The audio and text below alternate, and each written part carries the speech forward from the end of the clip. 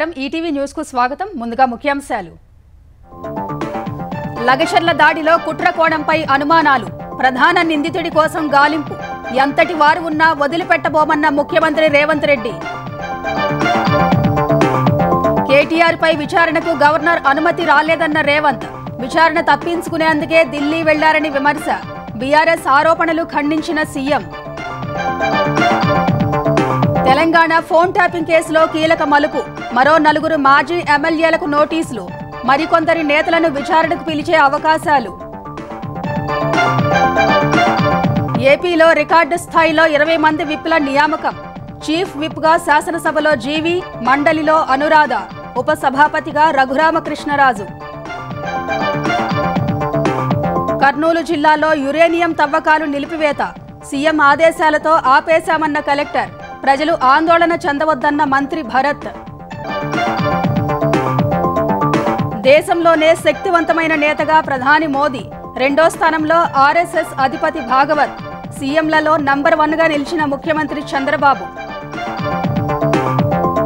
జార్ఖండ్లో కొనసాగుతున్న తొలి విడత పోలింగ్ 43 నియోజకవర్గాల్లో 683 మంది పోటీ సమస్యాత్మక కేంద్రాల్లో భారీ భద్రతా ఏర్పాట్లు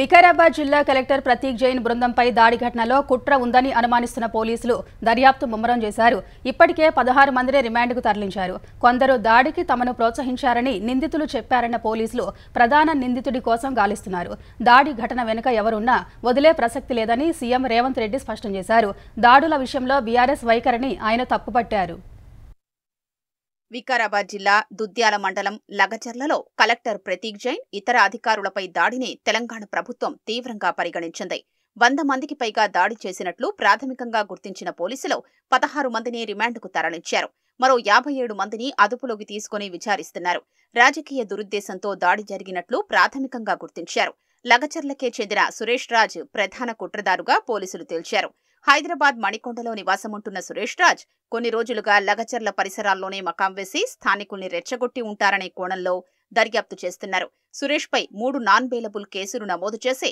ప్రధాన నిందితుడిగా చేర్చామని వెల్లడించారు పరారీలో ఉన్న సురేష్ ను పట్టుకునేందుకు ప్రత్యేక బృందాల్ని ఏర్పాటు చేశామని వెల్లడించారు కొడంగల్కు చెందిన కీలక నేతతో సురేష్ ఫోన్లో మాట్లాడినట్లు గుర్తించినట్లు సమాచారం ప్రధాన నిందితుడిని పట్టుకుంటే కుట్రకోణం బయటకొస్తుందని పోలీసులు భావిస్తున్నారు కేవలం సురేష్ అనే వ్యక్తి ఒక ట్రాప్ లాగా ముందస్తు ప్రణాళికతో అక్కడ చాలా మంది యువకులను పెట్టుకుని కలెక్టర్ గారిని కన్విన్స్ చేసి తీసుకెళ్ళటం ముందస్తు ప్రణాళికతో ఈ అటాక్ చేసినట్టుగా మేము భావించి 3 కేసులు నమోదు చేయడం జరిగింది 16 మందిని ఇప్పుడు రిమాండ్ చేసాం మిగతా వాళ్ళని కూడా అరెస్ట్ చేయడానికి ఆల్రెడీ టీములు నడుస్తున్నాయి సురేష్ రాజ్ అనే వ్యక్తి కాల్ డేటాను కూడా ఇప్పటికే అనాలిసిస్ చేయడం జరిగింది ఎవరైతే కుట్రపూరితంగా వాళ్ళు చేశారనేది ప్రాథమికంగా కొంత నిర్ధారణ అయింది సో మిగతాది ఇంకా కొంతమందిని అరెస్ట్ చేయాల్సి ఉంది 2-3 డేస్ చాలా మెయిన్ ఎవరైతే ఉన్నారో వాళ్ళందరినీ కూడా ఎవరైతే ప్రేరేపణ చేశారో వాళ్ళని అరెస్ట్ చేయడం జరుగుతుంది వికారాబాద్ జిల్లా దుద్యాల మండలం లగచర్లలో కలెక్టర్ ఇతర అధికారులపై జరిగిన దాడి ఘటనను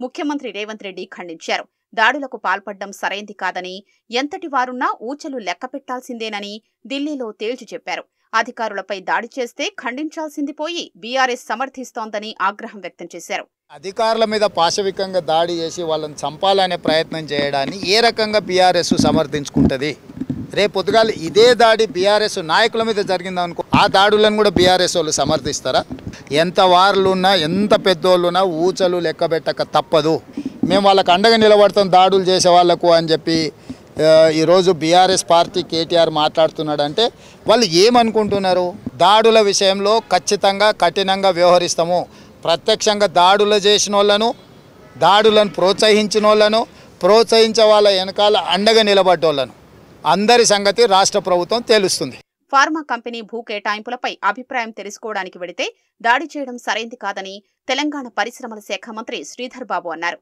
దాడులకు రాజకీయం ఆపాదించడం పద్ధతి కాదన్నారు గవర్నర్ నుంచి అనుమతి రాగానే మాజీ మంత్రి కేటీఆర్ అవినీతిపై చర్యలుంటాయని ముఖ్యమంత్రి రేవంత్ రెడ్డి చెప్పారు. కేటీఆర్ పై విచారణకు అనుమతి కోరుతూ పంపిన దస్త్రం 15 రోజులుగా గవర్నర్ వద్దే ఉందని సీఎం తెలిపారు. గవర్నర్ అనుమతి నుంచి తప్పించుకోవడానికే కేటీఆర్ ఢిల్లీలో చక్కర్లు కొడుతున్నారని ఆయన ఆరోపించారు. గత ప్రభుత్వంలో జరిగిన అవినీతిపై విచారణ మొదలైందని, వాటికి సమాధానం చెప్పలేక తనపై కేటీఆర్ ఆరోపణలు చేస్తున్నారని ముఖ్యమంత్రి విమర్శించారు.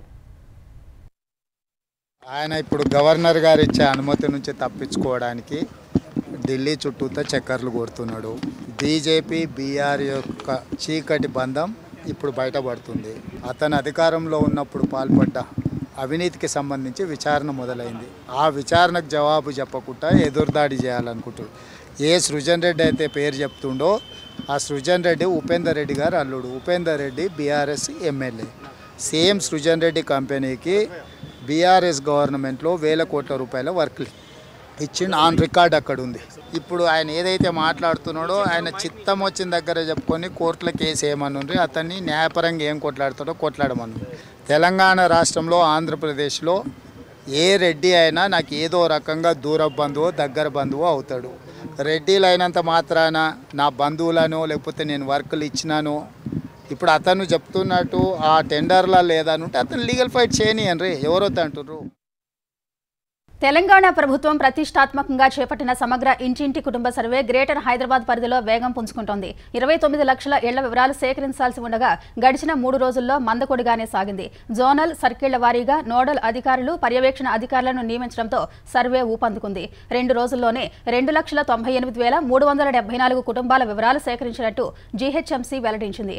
సర్వే పూర్తయిన వివరాలను డేటా ఎంట్రీ చేసేందుకు సర్కిల్ స్థాయిలో ఏజెన్సీని గుర్తించినట్లు హెచ్ఎండిఏ కమిషనర్ సర్ఫరాజ్ అహ్మద్ తెలిపారు. సర్వే ప్రాణాలను భద్రపరిచేందుకు అవసరమైన ట్రక్ బాక్సులను ఏర్పాటు చేయాలని ఆదేశించారు. డేటా ఎంట్రీ చేసిన ఫారాలను అదే ట్రక్ బాక్సుల్లో ఎన్యూమరేటర్లు బ్లాకులుగా భద్రపరచాలని సూచించారు.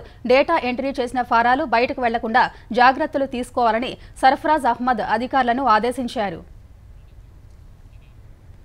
ఆంధ్రప్రదేశ్ శాసనసభ ఉపసభాపతిగా రఘురామకృష్ణరాజు పేరును సీఎం చంద్రబాబు ఖరారు చేశారు. ఈ మేరకు నేడో రేపో నోటిఫికేషన్ విడుదల కానుంది. రఘురామకృష్ణరాజు ప్రస్తుతం ఉండి ఎమ్మెల్యేగా ఉన్నారు. మరోవైపు శాసనసభలో చీఫ్ విప్ సహా 16 మంది, మండలిలో చీఫ్ విప్ సహా 4 విప్లను ప్రభుత్వం నియమించింది. ఇదో రికార్డు. ఉమ్మడి ఆంధ్రప్రదేశ్లోనూ ఇంతమంది విప్పులు ఎప్పుడూ లేరు. మిత్రపక్షమైన జనసేనకు శాసనసభలో 3, మండలిలో 1 విప్ పదవిని తెలుగుదేశం కేటాయించింది. భాజపాకు 2 సభల్లోనూ చెరో విప్ పదవిని ఇచ్చింది. చీఫ్ విప్లకు కేబినెట్ హోదా, విప్లకు సహాయ మంత్రి హోదా ఉంటుంది. శాసనసభ చీఫ్ విప్గా జీవి ఆంజనేయులను నియమించారు. విప్పులుగా బెందాళం అశోక్, బోండా ఉమా, దాట్ల సుబ్బరాజు, యనమల దివ్య, థామస్, తోయక జగదీశ్వరి, కాలవ శ్రీనివాసులు, రెడ్డప్పగారి మాధవిరెడ్డి, పీజీవీఆర్ నాయుడు, తంగిరాల సౌమ్య, యార్లగడ్డ వెంకట్రావును ప్రభుత్వం నియమించింది. జనసేన నుంచి అసెంబ్లీ విప్పులుగా ఆరవ శ్రీధర్, బొలిశెట్టి శ్రీనివాస్, బొమ్మిడి నాయకర్కు అవకాశం దక్కింది. బీజేపీ నుంచి విప్గా ఆదినారాయణ రెడ్డిని నియమించారు. శాసనమండలి చీఫ్ విప్గా పంచుమర్తి అనురాధను నియమించారు. విప్పులుగా కంచర్ల శ్రీకాంత్, వేపాడ చిరంజీవి, జనసేన నుంచి హరిప్రసాద్లను నియమించారు. చంద్రబాబు అప్పగించిన గురుతర బాధ్యతను సమర్థంగా నిర్వర్తిస్తానని ప్రభుత్వ చీఫ్ విప్ జీవి ఆంజనేయులు తెలిపారు. చీఫ్ విప్గా నియమించినందుకు చంద్రబాబు, లోకేష్కు ధన్యవాదాలు తెలిపారు. ఆంధ్రప్రదేశ్ ప్రభుత్వం అసెంబ్లీలో నేడు 3 బిల్లులు ప్రవేశపెట్టనుంది. ఉప ముఖ్యమంత్రి పవన్ కళ్యాణ్ ఆంధ్రప్రదేశ్ పంచాయతీరాజ్ సవరణ బిల్లు 2024, పురపాలక మంత్రి నారాయణ ఆంధ్రప్రదేశ్ మున్సిపల్ చట్టాల సవరణ బిల్లు 2024ను ప్రవేశపెట్టనున్నారు. మంత్రి పయ్యావుల కేశవ్ ఆంధ్రప్రదేశ్ న్యాయ ఉద్యోగుల సర్వీస్ సవరణ బిల్లు 2024ను ప్రవేశపెడతారు. వార్షిక బడ్జెట్పై శాసనసభలో చర్చ జరగనుంది. అసెంబ్లీ ప్రశ్నోత్తరాల్లో భాగంగా చింతలపూడి ఎత్తిపోతల పథకం, వీధి కుక్కల బెడద, గ్రామ, వార్డు సచివాలయాల్లో మహిళా సంరక్షణ కార్యదర్శులు, మహిళలపై అఘాయిత్యాలు, మెట్రో రైలుపై ప్రశ్నలకు మంత్రులు సమాధానం ఇవ్వనున్నారు. శాసన మండలి ప్రశ్నోత్తరాల్లో భాగంగా ఫ్రీ హోల్డ్ భూముల క్రమబద్ధీకరణ, కైకలూరులో రోడ్ల మరమ్మతులు, మద్యం అక్రమాలు, గ్రామాల్లో డంపింగ్ యార్డుల వంటి ప్రశ్నలకు మంత్రులు సమాధానాలు చెప్పనున్నారు. కర్నూలు జిల్లా కప్పట్రాళ్ల రిజర్వ్ ఫారెస్ట్లో యురేనియం లభ్యత పరిశోధన కోసం బోర్ల తవ్వకాల ప్రక్రియను నిలిపివేయాలని ముఖ్యమంత్రి చంద్రబాబు ఆదేశించారు. యురేనియం బోర్ల తవ్వకాలకు సంబంధించిన ఏ ప్రక్రియ కొనసాగదని, ప్రజలెవరూ భయాందోళనకు గురికావద్దని ఆంధ్రప్రదేశ్ పరిశ్రమల శాఖ మంత్రి టీజీ భరత్, జిల్లా కలెక్టర్ రంజిత్ బాషా తెలిపారు. యురేనియంపై వైసీపీ నేతలు ఉద్దేశపూర్వకంగా ప్రజల్లో భయాన్ని రేకెత్తిస్తున్నారని మంత్రి భరత్ మండిపడ్డారు. ఇదే విషయాన్ని సీఎం దృష్టికి తీసుకెళ్లగా ప్రజలకు వాస్తవాలను వివరించి తప్పుడు ప్రచారాన్ని తిప్పికొట్టాలని సూచించినట్టు వివరించారు. ఈ యురేనియం సబ్జెక్టు లేనిపోని ఇష్యూస్ రైజ్ చేస్తున్నారు, ప్రజల్లో ఆందోళన తెస్తున్నారు అని చెప్పి చంద్రబాబు గారికి అప్డేట్ చేయడం జరిగిందనమాట. ఇమీడియట్గా డ్రిల్లింగ్ కానీ ఫర్దర్ యాక్టివిటీస్ ఏమి కూడా కొనసాగించరాదు అని చెప్పి ఆర్డర్ చేయమన్నారు. కలెక్టర్ గారితో కూడా మాట్లాడి ప్రొసీడింగ్స్ ఇవ్వబోతున్నాము. ఇప్పుడు పుట్టించారు కాబట్టి అక్కడ వైఎస్ఆర్ సిపికి సంబంధించిన ఎమ్మెల్యే పార్టీ వాళ్ళు ఏదో ఒకటి సబ్జెక్ట్ లేని పుట్టించేదానికి వాళ్ళు ఎక్స్పర్ట్స్ ఉంటారు కాబట్టి ప్రజలందరూ కూడా ఆందోళన చెందాల్సిన పని లేదు అని చెప్పి మా తరఫున అందరి తరఫున హామీ ఇవ్వడం జరుగుతూ ఉందండి. దేశంలోని అత్యంత శక్తివంతమైన నాయకుల్లో ప్రధాని నరేంద్ర మోదీ అగ్రస్థానంలో ఉన్నట్టు ఇండియా టుడే సర్వేలో తెలిపింది. తర్వాతి స్థానంలో ఆర్ఎస్ఎస్ సర్ సంఘచాలక్ మోహన్ భాగవత్ నిలిచారు. కేంద్ర హోంమంత్రి అమిత్ షా జాబితాలో 3వ స్థానంలో ఉన్నారు. దేశంలోని అత్యంత శక్తివంతమైన ముఖ్యమంత్రుల్లో చంద్రబాబు తొలి స్థానం దక్కించుకున్నారు. దేశంలోని శక్తివంతమైన నాయకుల జాబితాలో 5వ స్థానంలో నిలిచారు.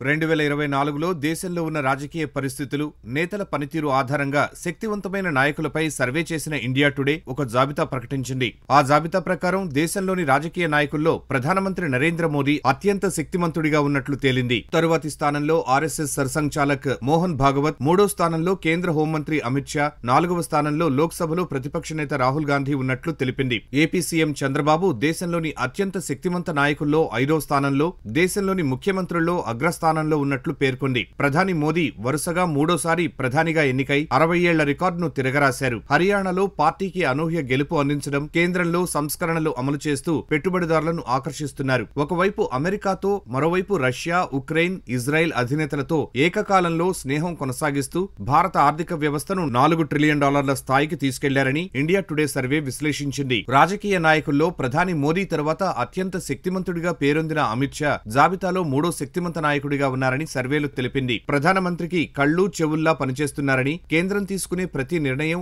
ఈయన ఆమోదం తర్వాతే ముందుకెడుతుందని ఇండియా టుడే పేర్కొంది. వరుసగా 2 ఎన్నికల్లో ప్రధాన ప్రతిపక్ష హోదా కోల్పోయిన కాంగ్రెస్ పార్టీకి తిరిగి ఆ హోదాను తెచ్చిన నాయకుడిగా రాహుల్ గాంధీ గుర్తింపు పొందినట్లు వివరించింది.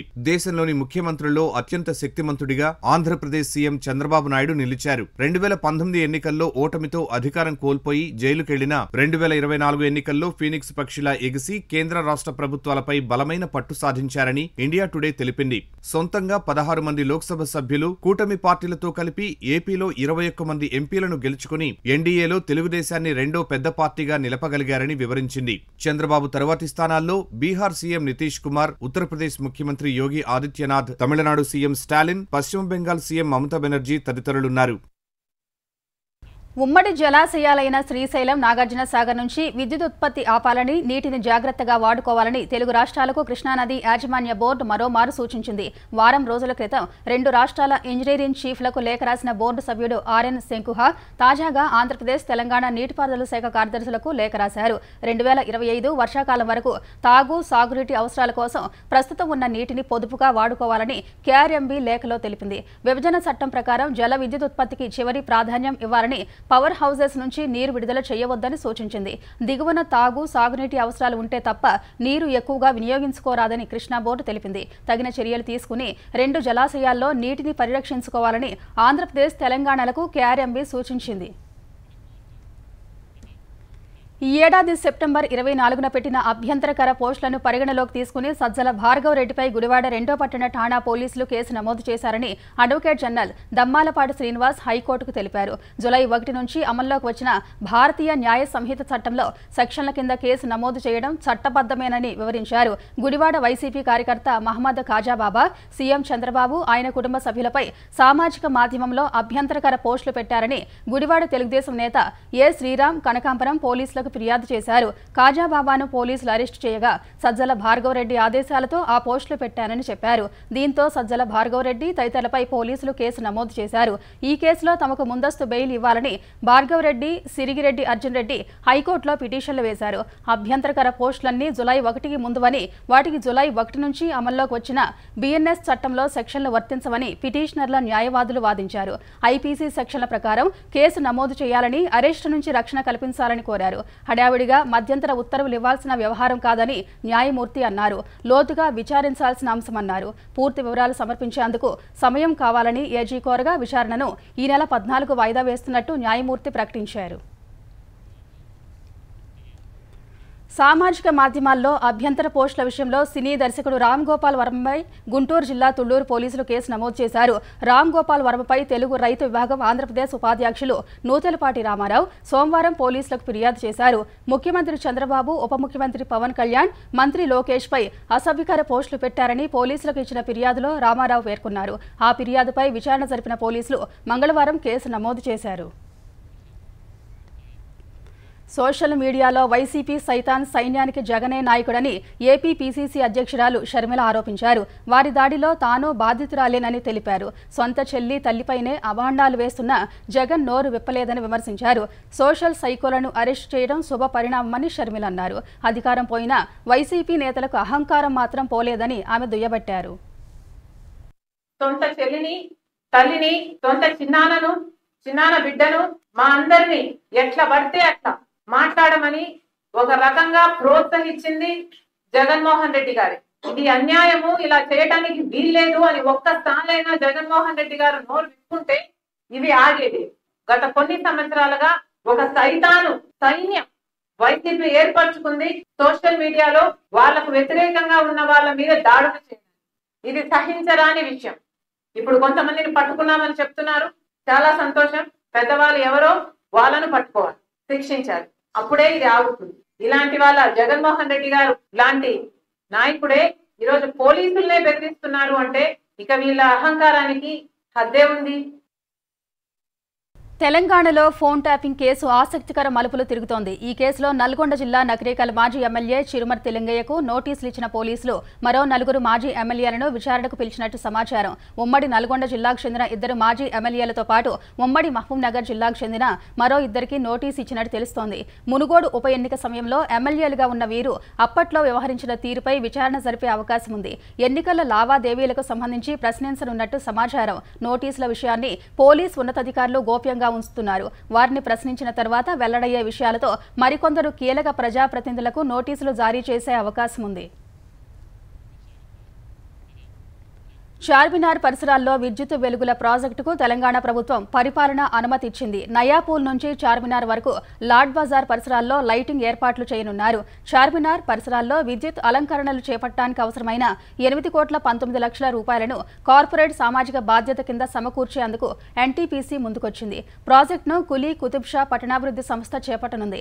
నిబంధనలు, ఎన్టీపీసీ షరతులకు అనుగుణంగా టెండర్లు పిలిచి ప్రాజెక్టు చేపట్టాలని కులీ కుతుబ్ షా పట్టణాభివృద్ధి సంస్థను ఆదేశిస్తూ తెలంగాణ పురపాలక శాఖ ముఖ్య కార్యదర్శి దానకిషోర్ ఉత్తర్వులు జారీ చేశారు. పెద్దపల్లి, రామగుండం రైల్వే స్టేషన్ల మధ్య రాఘవాపూర్ వద్ద గూడ్స్ రైలు మంగళవారం రాత్రి 10 గంటల సమయంలో పట్టాలు తప్పింది. బళ్ళారి నుంచి ఉత్తరప్రదేశ్లోని గాజియాబాద్ వైపు ఐరన్ కాయిల్స్ తీసుకుని వెళుతున్న గూడ్స్ రైలు పట్టాలు తప్పింది. రైలుకున్న 44 బోగీల్లో 11 బోల్తా పడ్డాయి. ఈ ఘటనతో చెన్నై, ఢిల్లీ, సికింద్రాబాద్, ఢిల్లీ మార్గంలో రైళ్ల రాకపోకలకు తీవ్ర అంతరాయం ఏర్పడింది. ఇంజిన్ వైపు ఉన్న బోగీలు, గార్డు వైపు ఉన్న బోగీలు సురక్షితంగా ఉండగా మధ్యలోని 11 బోగీలు బోల్తా పడ్డాయి. ప్రమాదం కారణంగా 3 ట్రాక్లు దెబ్బతిన్నాయి. విద్యుత్ లైన్ కూడా దెబ్బతినడంతో ఆ ప్రాంతం చీకటిమయమైంది. తాత్కాలికంగా విద్యుత్ లైట్లు ఏర్పాటు చేసి మరమ్మతులు చేపట్టారు. కొన్ని రైళ్లను పెద్దపల్లి, బిజిగిర్ షరీఫ్ స్టేషన్లలో నిలిపివేశారు. కేంద్ర హోంశాఖ సహాయ మంత్రి బండి సంజయ్ రైల్వే అధికారులకు ఫోన్ చేసి ప్రమాద ఘటనపై ఆరా తీశారు. అమెరికా అధ్యక్ష ఎన్నికల్లో విజయం సాధించిన డొనాల్డ్ ట్రంప్నకు గతంలో నమోదైన పలు కేసుల్లో ఊరట లభిస్తోంది. 2020 నాటి ఎన్నికల నాటి క్యాపిటల్ హిల్స్ హింస కేసుల దర్యాప్తు ఇప్పటికే నిలిచిపోయింది. తాజాగా శృంగార తారకు హష్ మనీ కేసులోనూ న్యూయార్క్ జడ్జి విచారణ తాత్కాలికంగా నిలిపివేశారు. ఈ మేరకు కోర్టుకు ఈమెయిల్స్ దాఖలు చేశారు. ఈ కేసులో నవంబర్ 19న ఓ నిర్ణయం వెలువడే అవకాశం ఉన్నట్టు సమాచారం. ఇందుకు ట్రంప్ తరఫు న్యాయవాదులు కూడా అంగీకరించినట్టు తెలుస్తోంది. హష్ మనీ కేసులో డొనాల్డ్ ట్రంప్ దోషిగా తేలారు. న్యూయార్క్ కోర్టు ఈ నెల లోనే శిక్ష ఖరారు చేయాల్సి ఉంది. ఇదే సమయంలో అధ్యక్షుడిగా ట్రంప్ ఎన్నికవడం అధ్యక్షుడికి క్రిమినల్ కేసుల విచారణ నుంచి రక్షణ ఉంటుందని అమెరికా సుప్రీంకోర్టు గతంలో చెప్పిన నేపథ్యంలో ఆ కేసు కొట్టివేయాలని ట్రంప్ న్యాయవాదులు కోర్టును ఆశ్రయించారు. ఈ క్రమంలో కేసు విచారణను న్యాయమూర్తి తాత్కాలికంగా నిలిపివేశారు. లెబనాన్పై ఇజ్రాయెల్ మంగళవారం జరిపిన వైమానిక దాడుల్లో 24 మంది పౌరులు మృతి చెందారు. అనేక మందికి గాయాలయ్యాయి. దక్షిణ బీరిట్లోని సబర్బ్ ప్రాంతాలపై చేసిన దాడుల్లో 18, ఉత్తర ప్రాంతంలోని మారుమూల గ్రామంపై చేసిన మరో దాడిలో 6 చనిపోయారు. శిథిలాల కింద అనేక మంది చిక్కుకోవడంతో మృతుల సంఖ్య పెరిగే అవకాశం ఉంది. లెబనాన్లో యుద్ధాన్ని విస్తరిస్తున్న ఐడిఎఫ్ బలగాలు హెజ్బొల్లా ఉనికి లేని ప్రాంతాల్లోనూ విరుచుకుపడుతున్నాయి. ఉత్తర ప్రాంతంపై తాజాగా జరిపిన దాడి లక్ష్యమేంటన్న దానిపై నెతన్యాహు సేనలు స్పందించడం లేదు. అటు ఇజ్రాయెల్ పట్టణమైన నహారియాపై హెజ్బొల్లా రాకెట్లను ప్రయోగించింది. ఈ దాడుల్లో 2 ఇజ్రాయెల్ పౌరులు మృత్యువాత పడ్డారు. మరో 2కి గాయాలయ్యాయి. సోమవారం మొత్తంగా హెజ్బొల్లా 200కు పైగా రాకెట్లు ప్రయోగించిందని ఐడిఎఫ్ తెలిపింది. వాటిలో చాలా వాటిని ధ్వంసం చేసినట్టు పేర్కొంది. జార్ఖండ్లో శాసనసభ ఎన్నికల తొలి విడత పోలింగ్ కొనసాగుతోంది. మొత్తం 81 అసెంబ్లీ స్థానాలుండగా కట్టుదిట్టమైన భద్రత మధ్య 43 నియోజకవర్గాల్లో పోలింగ్ జరుగుతోంది. మొత్తం 683 మంది అభ్యర్థుల భవితవ్యాన్ని 1.37 కోట్ల మంది ఓటర్లు ఈవీఎంలలో నిక్షిప్తం చేయనున్నారు. ఆయా నియోజకవర్గాల్లో 15,344 పోలింగ్ కేంద్రాలను ఎన్నికల సంఘం ఏర్పాటు చేసింది. 950 కేంద్రాలను సమస్యాత్మకమైనవిగా గుర్తించింది. అన్ని పోలింగ్ కేంద్రాల్లో ఉదయం 7 గంటలకే ప్రారంభమైన పోలింగ్ సాయంత్రం 5 గంటల వరకు జరగనుంది. అయితే సమస్యాత్మకంగా గుర్తించిన కేంద్రాల్లో మాత్రం సాయంత్రం 4 గంటలకే పోలింగ్ ముగియనుంది. జార్ఖండ్లో ఎన్డీఏ, ఇండియా కూటముల మధ్య ప్రధాన పోటీ నెలకొంది.